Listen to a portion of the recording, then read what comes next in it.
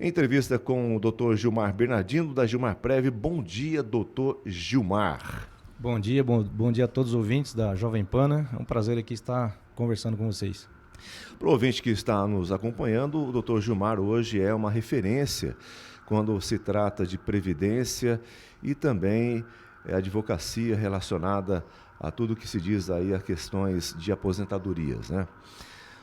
Olha, doutor Gilmar, a Receita Federal deve liberar a consulta ao primeiro lote de restituição do imposto de renda de 2023 já na próxima quarta-feira, dia 24 de maio, a partir das 10 horas da manhã, ou seja, uma semana antes de fazer o depósito, como sempre ocorre. O fisco ainda não informou quantos vão receber o pagamento, que vai ser feito no dia 31 de maio, ainda dentro deste mês, mesmo dia que encerra o prazo para o contribuinte poder entregar a sua declaração deste ano. E tem gente que ainda não entregou a declaração. Doutor Gilmar, quais são as principais mudanças ou atualizações nas regras de declaração do imposto de renda para o atual ano fiscal? Eu já vi também que é a primeira vez que em tempo recorde de restituição, não é? Sim, nos outros anos demorava mais, né? Eles pagavam mais depois no meio do ano, né? A partir de junho, julho, até dezembro, né? Este ano é um fato inovador, já está pagando antes de completar o prazo de entrega, né? Que o prazo de entrega é 31 de maio, né? Prazo final. E já estão anunciando que vão pagar já o primeiro lote, né? Essa é uma novidade, né? O senhor sabe como é que funciona esse prazo aí de restituição do imposto de renda e quais são os prazos e como o contribuinte pode acompanhar o status da restituição? Ele pode acompanhar pelo site da Receita, né? Ele pode gerar uma senha, né? Igual você gera senha no INSS, também tem a senha na Receita Federal, né? Hoje, com essa digitalização nesse mundo moderno, né, ficou muito mais fácil de você acompanhar a sua restituição. Então, simplesmente ele cadastra uma senha, se ele tiver dificuldade, ele pode comparecer na Receita ou procurar um contador, né? E ali ele vai...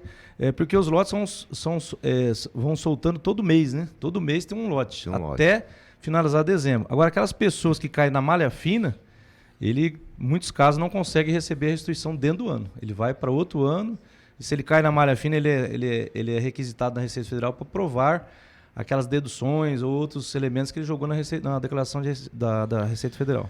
A malha fina também, às vezes, ela, por erro no preenchimento da declaração, acaba também pegando o contribuinte, né? Algum erro, alguma forma que a Receita envolve todo mundo na malha fina, né?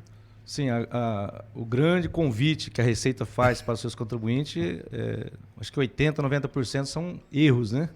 Mais 10%, 15%, no máximo 20% são sonegações. São que a Receita, na hora dela avaliar ali a declaração, ela vê que tem coisa ali que não são dedutíveis, né? Entendi. Por exemplo, vou dar um exemplo. Se eu faço uma ação trabalhista ou uma ação previdenciária de aposentadoria na Justiça, os honorários advocatícios são dedutíveis. Mas um serviço de um advogado ou de um escritório que faz um serviço administrativo no INSS ou outro, não é dedutível. E o contribuinte acaba colocando aquele recibo e eles detectam. E aí vai ser refeita a declaração. Aí talvez, ao invés dele receber a restituição, ele vai ter que pagar imposto. Ah, entendi. Agora, para quem ainda não entregou, porque o prazo antigamente era até o dia 30 de abril, né? Agora estenderam até o dia 31 de maio. E o brasileiro acaba deixando sempre para a última hora mesmo, né? Para quem ainda não entregou, quais são os principais passos envolvidos na confecção e entrega da declaração do imposto de renda? Sim, anteriormente o prazo sempre começa dia 1º de março e acabava 30 de abril, né? Agora eles dilataram o prazo até 31 de maio, né? E grande parte do brasileiro, não sei se é um costume nosso, até eu me incluo, que eu não acabei a minha ainda, né? A minha é meio complicada. Mas justifica-se porque você faz de muitas outras pessoas para depois fazer a sua, sim, né? Só que a minha eu não faço, né? Aí eu tenho que pegar a minha declaração é muito complexa, né? Eu assim até indico às pessoas, quando é muito complexa, procurar um contador, né? Ou um advogado especialista. Entendi. Quando é simples, você mesmo acaba conseguindo fazer aí pelo site, né? Só ir respondendo as perguntinhas ali, questionário, né? É um questionário, mas a pessoa que tem assim ganho de capital, muitos imóveis, né? Aluguéis e outras tributações aí, é bom você ter um contador de confiança. O brasileiro acaba sofrendo muito com essa questão do imposto de renda, porque as deduções no Brasil são realmente muito pesadas, né? 27,5% é a máxima, né? Isso, começa com 7,5%, né? Depois 15%, 22,5% e fecha com 27%. Vai dependendo da faixa, né? Uma boa parte paga 27,5%, né? Grande parte. Porque, na verdade, grande parte desse pessoal que mais paga é o Duas cara que tem rendas, retido né? na fonte também, né? O funcionário público que tem um salário ali acima do valor. Então, esse aí também tem a declaração fica acho que até mais fácil. Sim. Mas depois a parte da restituição é que tem que aguardar, né, doutor? É que pega, né? Agora teve uma alteração que o valor era até 1.903, né? Mensal, né? Agora, a partir de 1º de maio, o presidente sancionou, né? Passou a ser 212, né? Então aumentou um pouquinho. A promessa era 5 mil reais, né? Mas eu acho difícil a União, o governo federal, aprovar uma isenção. Acabou ficando em 2.100. Era para ficar em 2.600 alguma coisa. E tem acabou... 212 mais um desconto de 528 que vai dar 2.600. Então vamos falar em 2.640. Então a pessoa que ganhar a partir de 1º de maio desse ano 2.640 está isento, né?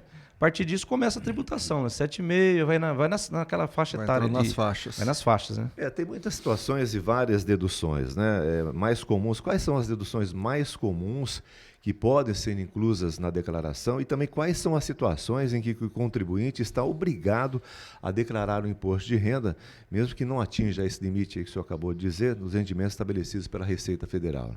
Então, o que mais é comum no país é quem ganhou acima de R$ 28.564 no ano 2022, né? Quem ganhou acima disso é obrigado a declarar. Mas eu não ganhei 28.564, mas você tem um patrimônio de 300 mil reais. Então, quem tem um patrimônio de bens, pode ser sítio, casa, apartamento, também é obrigado a declarar, mesmo não ganhando 28 mil. Também quem tem parcelas isentas no valor de acima de 40 mil, também é obrigado a declarar. E aquelas pessoas que fizeram venda de imóveis, que não sei se vocês sabem, se você você comprou um imóvel por 100 mil reais, vendeu por 200, você teve um lucro de 100 mil, você vai pagar 15%. Então muitas pessoas não têm esse cuidado na hora de comprar um imóvel, ver o valor que vai passar a escritura e depois na hora que vai vender a escritura. Então você compra um imóvel por 100 e vende por 1 milhão, você tem 900 pau de lucro, você está... Ainda tem o ITBI ainda, né? 15%. Ainda, Imposto de Transações E Mobiliárias. aí tem o ITBI, tem escritura, tem registro, tem que ter o caixa para tudo isso. Então, a pessoa que vai fazer uma aquisição do imóvel hoje, muitas vezes o imóvel é um imóvel que ele quer, mas a pessoa exige que ele passe no valor real. E aí ele não tem caixa para isso. Ou ele compra um imóvel barato, um imóvel que vale 300 ele paga 100, aí ele acha os 300 2, 3 meses depois, e aí ele vai pagar 15%, porque a pessoa que está comprando está exigindo o valor real. Existe também uma condição, a pessoa que vende um imóvel, uma casa e compra uma outra num prazo de 6 meses, ele fica isento dessa... Sim, é porque a gente chama de subrogação. Vender uma para comprar outra, né? Aí tem isso aí também, né? É necessário ter um imóvel só ou pode ser... Um imóvel só. Só pode ter um. Outra coisa também que o pessoal também pergunta bastante para nós, aproveitando essa parte dos imóveis aí, é questão de herança. Por exemplo, a pessoa teve ali o pai que faleceu. Aí metade vende um imóvel, por exemplo. Então metade do valor fica para a mãe e a outra metade é dividida para os filhos. Esse valor também tem que ser declarado no imposto de renda. Tem que declarar. A gente chama de viúva meieira, né? Que metade fica para a esposa. E é tributado. Né? Tributado. Parte tributada. Infelizmente. Hoje tributa quase tudo, né? 15%. 15%. Você falou do que são dedutíveis, né? O mais comum são as despesas com médico, dentista, psicólogo, né? Despesa hospitalar, exames de raio-x, radiológico, né? Pensão alimentícia, né? Que você paga quando você separa para ex-esposa, para filhos. Essas são as mais comuns, né? Previdência privada. Com relação à questão de declarar, quais os cuidados e também as precauções que o contribuinte deve ter com relação às questões dessas despesas médicas que o senhor acabou dizendo? Existe alguma situação diferenciada ou pode ser todas as despesas que teve com o médico no ano da contribuição? Todas as despesas podem ser dedutível o valor total, né? Hospitalar, não existe dentista. um teto? Não, nessas despesas não. O que existe um teto é a previdência privada. Essa que você faz uma complementação do seu aposentadoria no banco. Ela é limitada a 12% do valor que você ganhou no ano. Eu ganhei 100 mil no ano, que é tributável, você pode descontar 12 mil reais. Outra coisa que é importante a gente vir falar aqui hoje, que eu sou de Pirapozinho, lá não tem, eu procurei até o promotor de justiça, é você doar 6% para os fundos de assistência do município, que seria para criança e adolescente e o idoso, que são 6%. Então, por exemplo, um empresário de Presidente Prudente que vai pagar 100 mil reais de imposto de renda, Por que não deixar 6 mil em Presidente Prudente? Talvez ali dividir 3% para o idoso e 3% para as crianças. Sim. Isso é muito importante. E pouca orientação. Eu, que sou advogado há muitos anos atrás, não sabia disso aí. Fui procurar em Pirapozinho, nas cidades da região não tem esse fundo. E só Presidente Prudente. Na verdade, existem até campanhas, né, Adilson, que são feitas aqui em Prudente. No ano passado houve uma arrecadação em torno de quase 3 milhões de reais. Sim. Que foram para as entidades assistenciais, né? O EPP também esteve encabeçando essa campanha, juntamente com o Ministério Público, né? Com o Fundo de Assistência à Criança. Mas para que isso aconteça, a cidade tem que participar. Tem que ter algum dispositivo ali que a cidade possa participar. Tem que ser administrado por um conselho, né? E infelizmente nas cidades pequenas da nossa região, né? Eu sou de Pirapozinho, grande parte, 90% não tem esse fundo. E aí você mora lá em Mirante, Odoro, você quer doar. Vai doar, vim para Presidente Prudente, mas eu quero doar para minha cidade, Pirapozinho. Não existe. Então seria interessante as prefeituras começarem a se organizar para poder não deixar ter essa evasão, porque muitos acabam vindo doar aqui em Presidente Prudente, mas para que possam também haver uma arrecadação para poder amparar essas entidades dessas cidades pequenas que também precisam muito, né? Precisam muito. Precisam mais que as grandes, né? Tem que ter uma instituição para poder fazer a doação também, né? A cidade tem que ter a instituição tem que estar cadastrada, um SEBAS, né? Alguma coisa assim para. Sim. Agora, tem brasileiro que acaba omitindo informações do leão, né? O leão é feroz, né? Acabam até mesmo colocando alguns dados falsos na declaração de imposto de renda. O que implica isso quando a pessoa é pega nessa situação, doutor? Vai pagar uma multa pesada, né? Paulada. Se ela não retificar a declaração, ela vai pagar uma paulada de 70% de multa, né? Se for negociável, cai para 40%, né? E muito brasileiro faz isso. Você conhece o brasileiro. O brasileiro, ele sempre tem dá o jeitinho, né? Muitas pessoas aí inventam recibos, né? Compram recibos, né? E isso é muito perigoso, porque hoje o sistema da Receita Federal, do INSS, estão tudo interligados. E eu vou dar um exemplo aqui. Você pega um advogado, um médico, um engenheiro, que ele ganha ali no ano seus 300, 400, 500 mil reais. E ele declara para o INSS, ele paga só um salário por mês. Grande parte dos profissionais liberais, até um tempo atrás, pagavam só um salário. Falavam, eu não vou pagar muita contribuição, não. Vou aposentar pelo banco, né? Eu vou fazer um pé de meia. E hoje estão cruzando os dados. Como é que um médico ganha só um salário mínimo por mês e está pagando contribuição? Então, hoje está tudo interligado, né? E o governo, nas últimas reformas, né, deixou esse espaço aberto para os órgãos estarem interligados. E então, quando a pessoa faz uma dedução aí que não é real, ele coloca que ele pagou um dentista lá 10 mil reais. E esse dentista não declarou que ele recebeu. Esses dados vão ser cruzados. Então é perigoso. E a pessoa vai responder. É verdade que o brasileiro tem realmente esse hábito de tentar pagar menos, alguns atributos, buscar recibos, etc. Agora, existe aí alguma forma... Como é que o cara consegue explicar, por exemplo, acúmulo de bens, um veículo com valor substancial, aquisição de imóveis, com um salário... Como é que o cara consegue dormir? Como é que ele consegue ter uma tranquilidade? Porque ele vive eternamente numa sombra, né? É verdade. E hoje essa questão da tecnologia, dos dados serem todos interligados e a comunicação é instantânea, a pessoa mais atualizada ou mais antenada, eu faço questão de pagar o imposto de renda para poder ter tranquilidade também, né? Mas mesmo assim ainda tem pessoas que tentam ludibriar. E como é que as pessoas têm que fazer para poder depois retificar essa declaração que ele acabou sendo pego com uma situação delicada, né? Porque de uma certa forma está tentando enganar o fisco, né?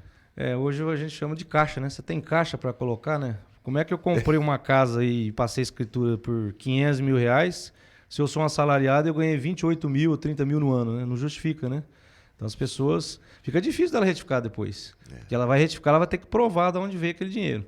Geralmente, você compra um imóvel que você não tinha o total do dinheiro, você financiou no banco. De repente, você esqueceu de lançar aquele financiamento.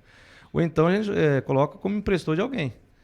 Mas o Gilmar emprestou para o Adilson 100 mil porque ele tinha só 100 e pagou 200 na casa. Mas aí vai ter na minha declaração do Gilmar que eu emprestei para você e você emprestando de mim.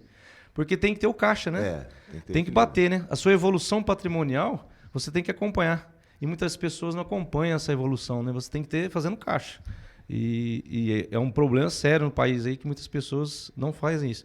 Uma coisa que o governo, a gente está notando isso aí, a gente até fez esse de um congresso aí, é o Pix. O Pix vai ser parcelado também. E o Pix, ele está sendo controlado. Então, como é que eu tenho uma movimentação de Pix na minha conta? Que o Pix hoje virou... né? Direto no Banco Central. Eu tenho um posto de gasolina e o posto, do total do mês, 80% é Pix e cartão de crédito, 20% é dinheiro. Diz que até o ano 2030 vai sumir o dinheiro, não vai ter mais, né? A tendência é não ter mais dinheiro, né? E eles estão tendo esse controle. Então, como é que eu tenho uma movimentação de 1 milhão, 2 milhões de Pix na minha conta e eu sou um assalariado? Mas de onde vem tanto dinheiro? Então, tem que tomar cuidado que você pega uma pessoa que vende banana na rua, ou doce. Era tudo no dinheirinho, né? Agora, você viu que todos estão tendo a maquininha? Eu tenho Pix. Até o pedinte de ajuda, de esmola, não, eu não tenho dinheiro, mas eu tenho aqui, né? Eu tenho Pix. Então, eu tenho Pix. Ou eu tenho a maquininha, né? Então isso aí vai ser um controle do governo. É o que nós estávamos falando agora há pouco, interligação. Mas, Gilmar, se o governo quisesse pegar todo mundo, ele conseguiria, porque hoje todos os dados são cruzados, justamente pela falta do uso do dinheiro. Então, a pessoa que ainda está naquela de falar, olha, eu sou espertão e eu vou burlar o fisco, ele pode até burlar até o dia que ele morrer. Agora, quem sobreviver e tiver que abraçar a jaca toda, aí fica complicado. Mas a declaração, de uma certa forma, de um modo geral, a gente percebe que a Receita tenta fazer com que fique mais fácil a cada ano, né? Questões de informações e tal. Mas mesmo assim ainda é bastante complicado para o brasileiro essa questão da declaração de imposto de renda. Muito complicado. Ainda grande parte da população... Grande não, né? Mas aquelas pessoas que não têm recursos de internet, de computação, né? Fica difícil, né? Declarar, né? E buscar elementos. Por isso que eu falo que tem que procurar um especialista, alguém que ajude, né?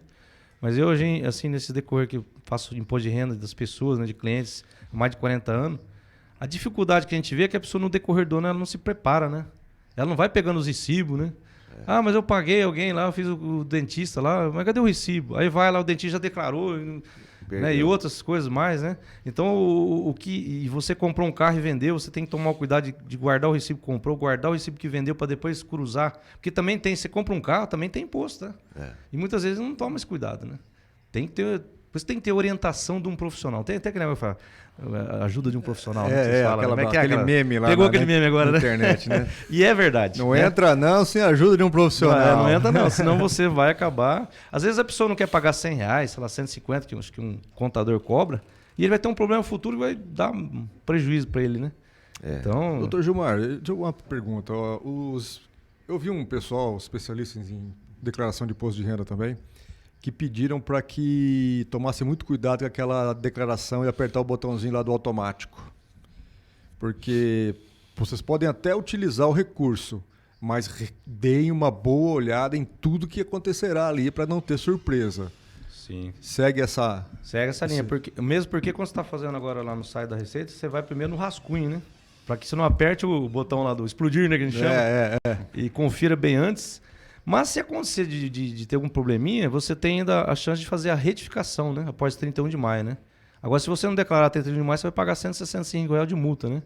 Então, muitas vezes você não tem elementos ainda para fechar a declaração, é melhor você declarar. Eu esqueci de pegar o recibo do médico, ele está viajando. Depois ajusta. Ele só vai chegar em junho.